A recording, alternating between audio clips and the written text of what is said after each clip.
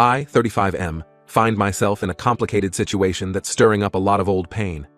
12 years ago, when I was 23, my father kicked me out of our house. The reason? I caught my stepmom stealing money from his wallet and reported it to him. Let me provide some context. My mom passed away when I was 10 after a long battle with cancer. Those years were tough on all of us, but especially on my dad. He threw himself into work after she died, leaving me to mostly fend for myself. I grew up fast, learning to cook basic meals and do my own laundry by the time I was 12. Dad remarried when I was 14 to a woman I'll call Linda. From day one, Linda made it crystal clear she didn't like me. At first, I thought it was just the typical awkwardness of blended families, but as time went on, it became obvious that her dislike ran deep. Linda would constantly criticize everything I did. My grades were never good enough, my room was never clean enough, I was too loud, too quiet, too this, too that. She'd compare me unfavorably to her own kids, my step-siblings, who were younger and, in her eyes, much better behaved. What hurt the most was how she'd try to turn my dad against me. She'd wait until he came home from work, tired and distracted, then casually mention how I'd acted out that day, or how I'd said something disrespectful. Half the time, these were complete fabrications.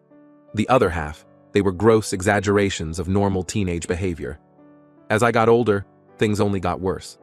Linda would forget to buy food I liked when she did the grocery shopping. She'd conveniently lose my laundry in the wash, leaving me without clean clothes for school. Once, she even hid my textbooks the night before a big exam, claiming she'd tidied up and couldn't remember where she put them. When I tried to talk to my dad about it, he'd brush it off. He'd say I was being dramatic or not trying hard enough to get along with Linda. I think he was so desperate to make his new marriage work that he couldn't see what was really going on.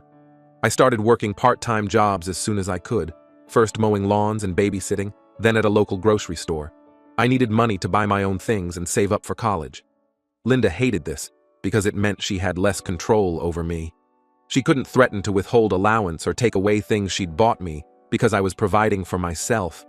She'd try to guilt me into giving her my money, saying I should contribute to the household expenses.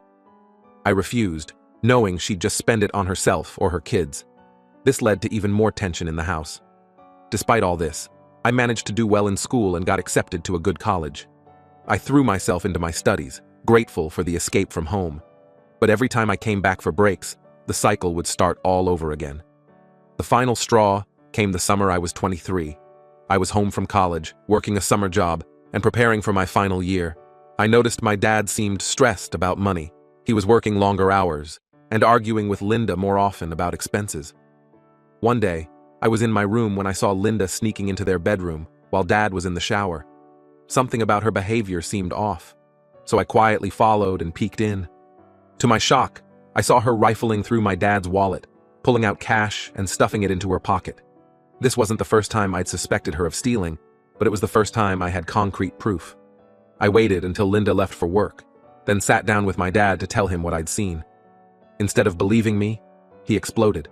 He accused me of lying to cause problems in his marriage. We had a huge argument where years of pent-up frustration came pouring out.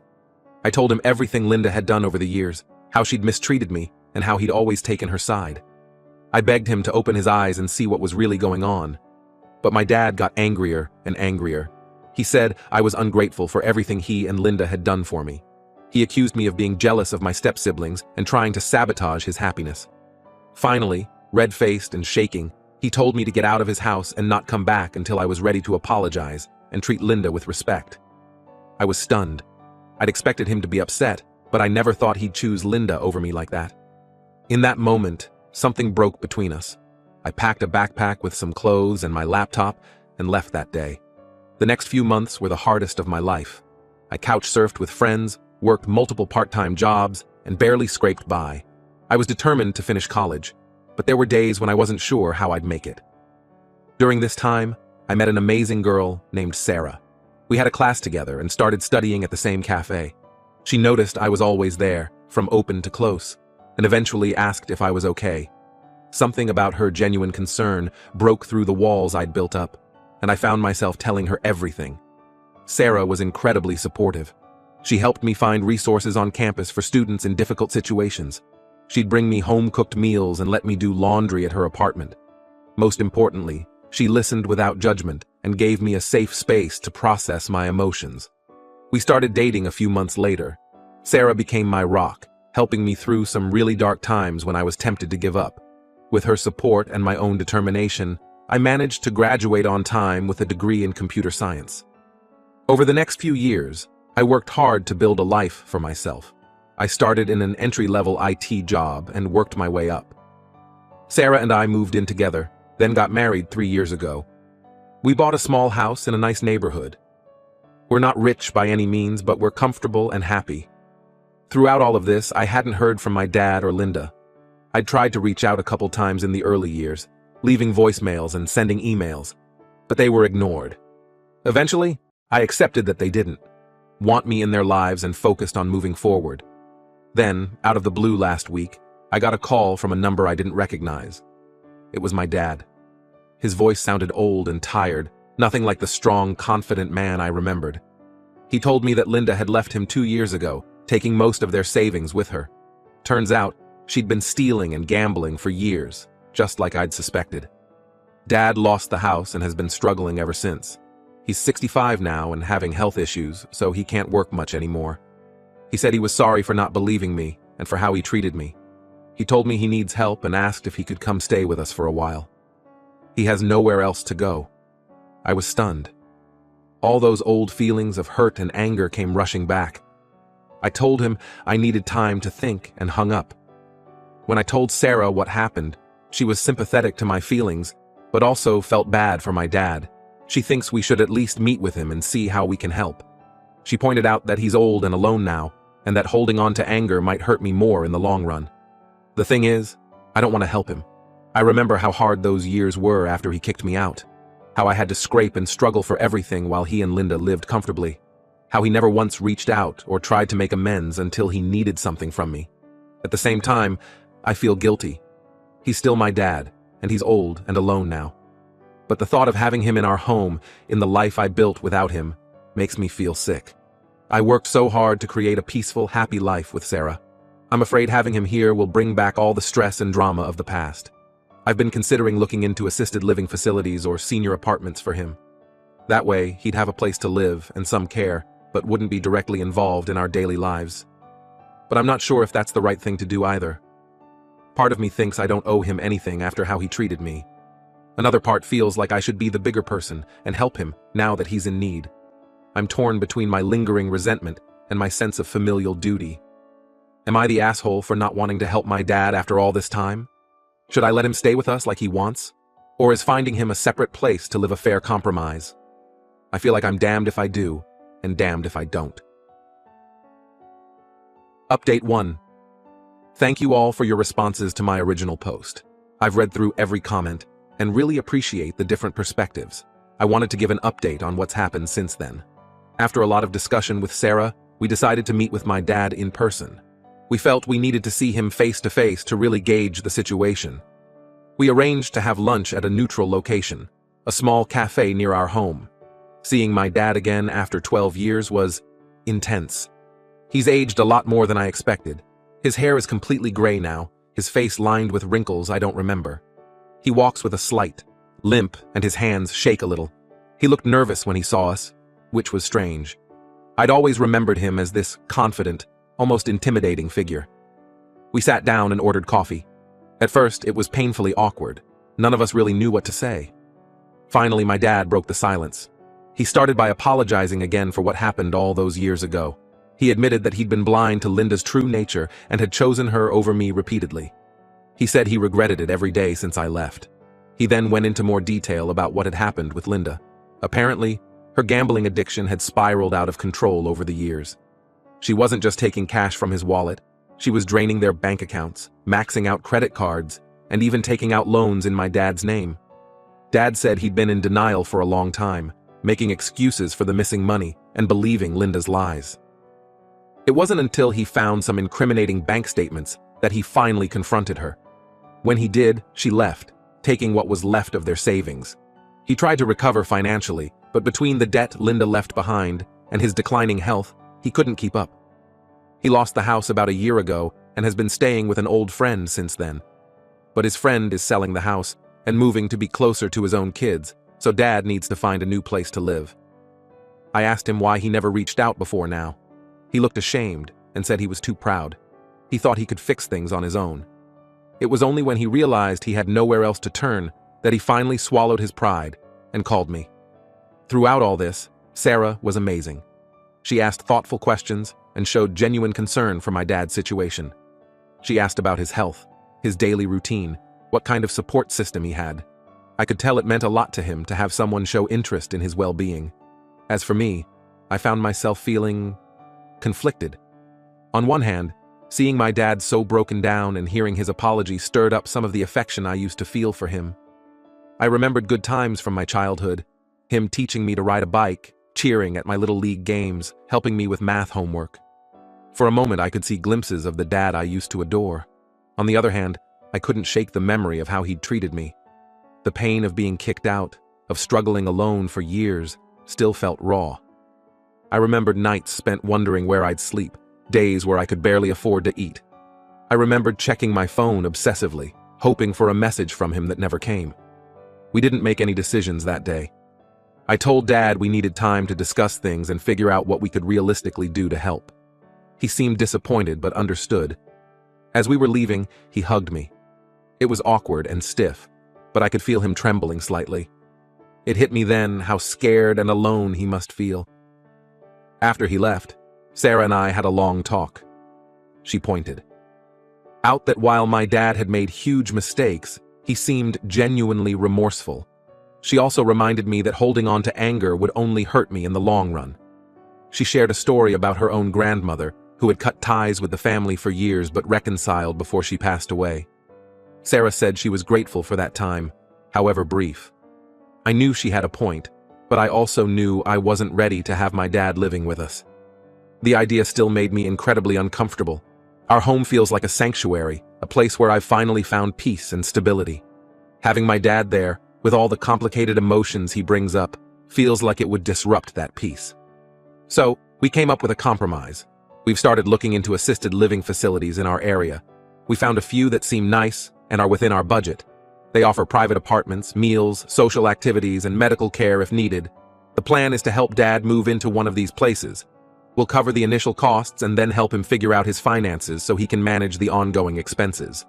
This way, Dad will have a safe place to live with access to care if he needs it. And we can slowly rebuild our relationship, if that's what I decide I want, without the pressure of living together. It feels like a way to help him without completely upending our lives. I called Dad yesterday to explain our plan. He was quiet for a moment, then said he understood. He thanked us for being willing to help at all. I could hear the disappointment in his voice, but also relief. I think part of him was scared of living with us too, of having to face the consequences of his past actions every day.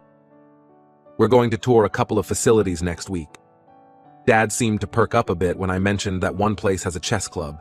He used to love playing chess with his friends from work. It's a small thing, but it made me hopeful that he might be able to build a new life for himself, make some friends his own age. I'm still processing all of this. Part of me feels guilty for not doing more, while another part feels like this is already more than he deserves. I keep reminding myself that it's okay to have boundaries, that helping doesn't have to mean sacrificing my own well-being. Sarah and I have also decided to start couples therapy. We want to make sure we're on the same page as we navigate this new chapter. We've always communicated well, but this situation is bringing up a lot of complex emotions for both of us. I want to make sure we have the tools to support each other through whatever comes next. I'll post another update after we've gotten Dad settled. For now, I'm trying to take things one day at a time. Thank you again for all your advice and support. It's helped more than you know to have outside perspectives on this situation. Update 2. It's been about 2 months since my last update, and a lot has happened. I wanted to share how things have progressed. We toured several assisted living facilities with my dad. It was an emotional process. Seeing these places really drove home how much had changed and how much time had passed. Dad was quiet during most of the tours, but he seemed to perk up at one place in particular. It had a nice community garden and a weekly chess club, both things Dad used to enjoy. We decided on that facility and helped Dad move in about 6 weeks ago. Sarah and I covered the initial costs and the first month's fees. We also hired a financial advisor to help Dad sort out his finances. Turns out, he did have some assets left that he hadn't realized, an old 401k and a small life insurance policy from his job. It's not a fortune, but it will help cover his expenses going forward. The moving process was complicated. Dad didn't have much to bring with him, which was sad in its own way. But as we were packing up his few belongings, we came across some old photo albums. There were pictures of me as a kid, school photos, even some of my college graduation that I didn't know he had. It hit me hard, realizing he'd kept these all this time. One photo in particular caught my eye. It was from a camping trip we took when I was about 8, just the two of us. I remembered that trip vividly, how Dad taught me to fish, how we roasted marshmallows and told ghost stories. For a moment, looking at that picture, I felt a wave of nostalgia for the relationship we used to have. We've been visiting Dad once a week since he moved in. At first, it was awkward.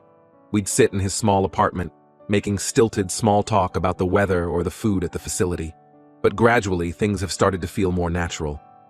Last week, Dad asked if he could show us around the facility.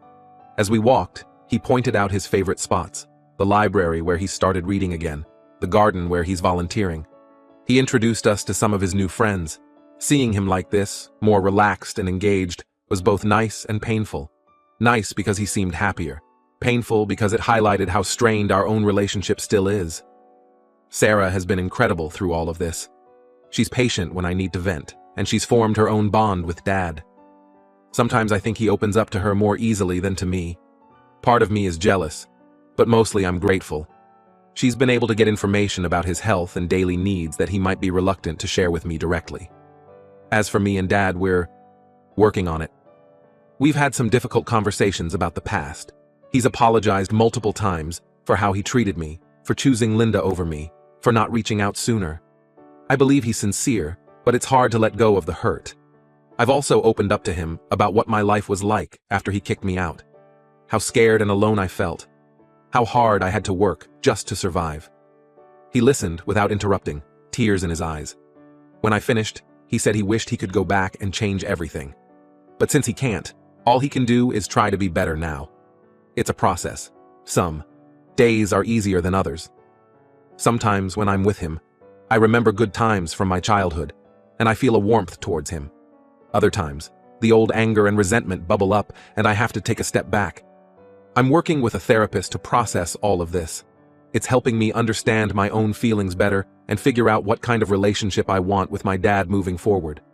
For now, we're taking it one day at a time. Dad seems to be settling in well at the facility.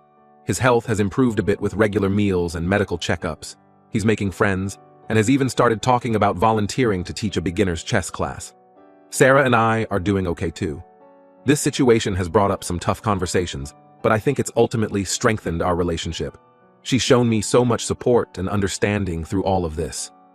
I don't know what the future holds for me and my dad. I'm not sure we'll ever have the close relationship we might have had if things had been different. But we're trying, and I guess that's what matters for now.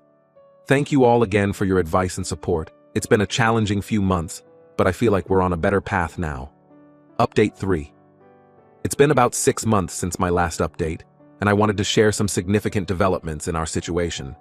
Dad has been living at the assisted living facility for 8 months now, and overall, it's been a positive change. He's settled into a routine and seems more at peace than I've seen him in years. He's teaching that chess class we talked about, and it's become quite popular among the residents. Our relationship has been slowly improving. We still have our awkward moments and occasional tensions, but we're communicating better. We've established a routine of weekly dinners, sometimes at the facility, sometimes at our house. These dinners have become a space for us to reconnect and rebuild our relationship. One evening, after dinner at our place, Dad asked to speak with me privately. He handed me an envelope, his hands shaking slightly. Inside was a letter he'd written, along with some legal documents.